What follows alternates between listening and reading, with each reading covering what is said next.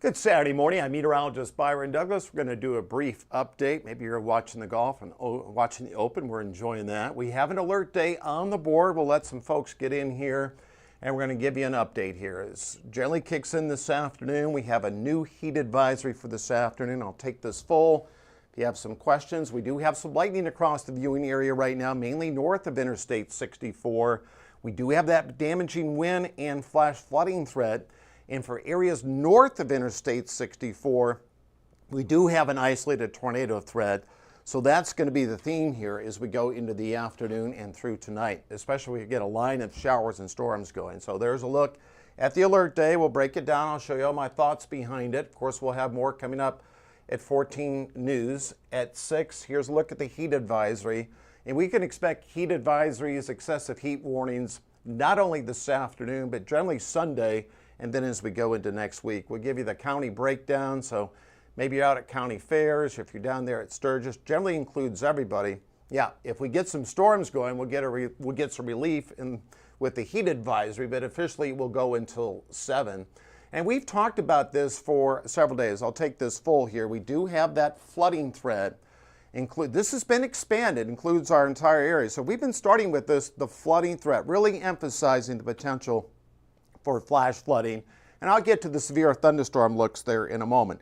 Includes all of our areas, especially the areas that have been worked over this week. The National Weather Service pretty quickly will be going with a flash flood warning. So keep in mind, if you're out camping, whatever you're doing, if you're in those low spots out there, you have to have a game plan to get to higher ground overall. So that's for this afternoon and then through tonight concerning the flash flood warning. All right, we'll push it forward into Sunday. It's been expanded now, includes our entire area. It's a level 2 threat as we go into Sunday afternoon, and then into Sunday night. Includes all of our areas. And then Monday, it's more of an isolated flooding threat as we go into the afternoon during that time frame. And then we'll have lesser opportunities next week as the heat overall will take over. As far in that respect overall. So if you have your comments here, folks that are tuning in here, we do appreciate that. I'll get to some of those in a moment. Now we'll cover the Storm Prediction Center. This has been expanded now. It's a level 2 threat. We talked a little bit about this potential yesterday. Generally areas north of Interstate 64 in yellow, scattered severe thunderstorms, and we have that scattered flooding threat. This generally would be for damaging winds, but I'll highlight the tornado threat in a moment.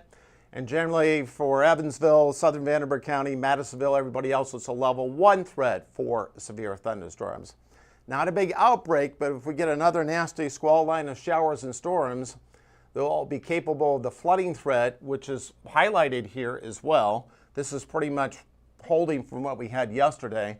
And the damaging wind threat has been increased. The areas there in orange. Yesterday we were locked in, or even early this morning, in a lower threshold for that. And then we have that tornado threat, generally from Princeton, Vincennes, Jasper, areas to the north.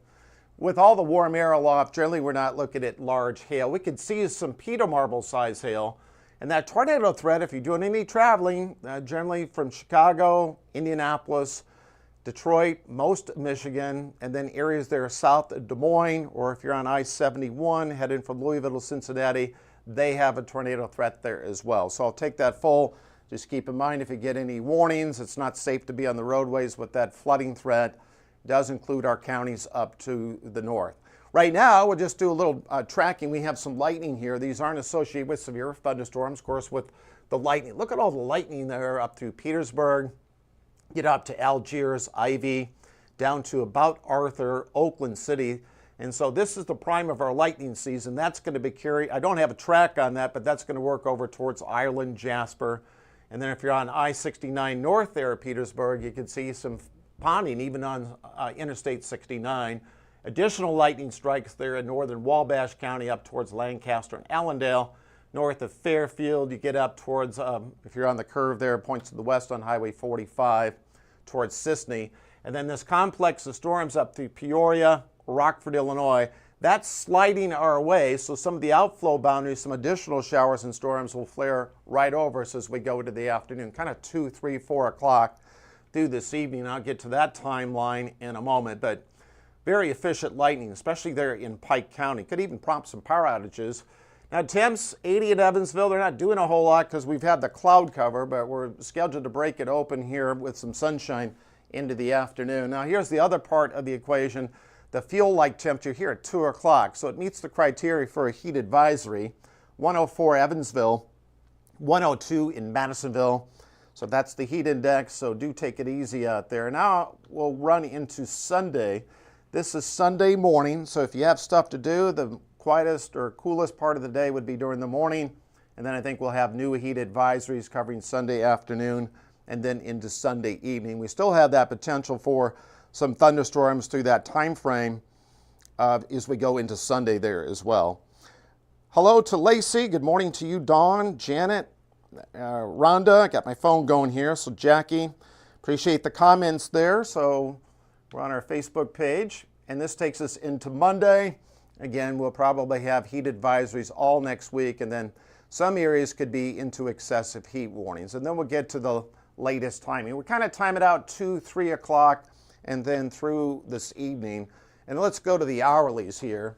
So the HRRR model wasn't showing a whole lot into the afternoon, but this is the in-house guidance we show. Let's take it, this pushes up at 11:30. This updates here every hour, showing some showers and storms. Now, if this would verify, this could tamp down the atmosphere a bit. This generally would be sub-severe, 3, 4 o'clock. Now, even though there's an isolated severe weather threat along the Ohio into western Kentucky, the storm of the day could set up virtually anywhere as we go forward through that time frame, and kind of a bullseye time, 5, 6 o'clock.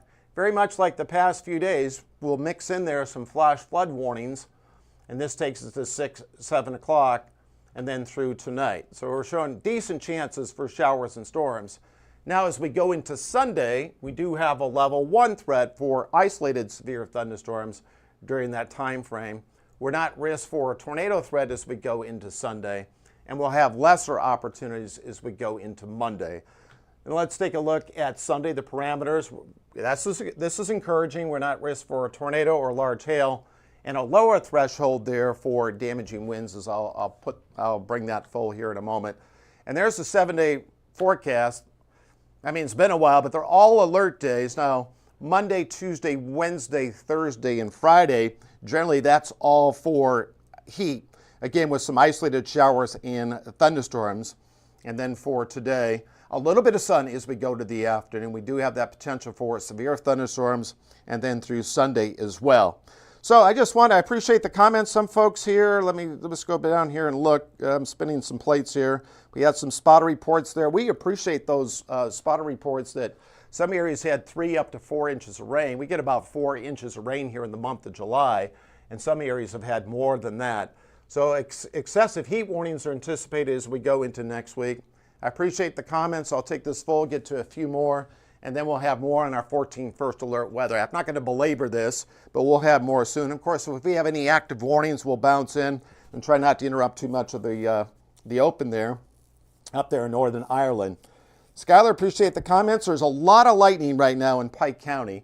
I wanted to emphasize, I might just go back and show you one more look here at the Doppler radar. So if you can just stay with me here for a few moments. I'm going to go back up and click off a few maps and get you back over to Doppler radar. I want to show you where all the efficient lightning's being produced.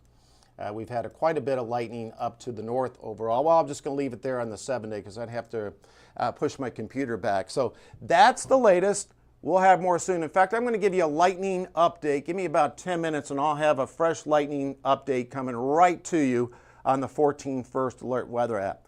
That's the latest alert day. Generally, we'll run this afternoon and tonight with that heat advisory. We'll have more soon. Of course, you guys be safe out there.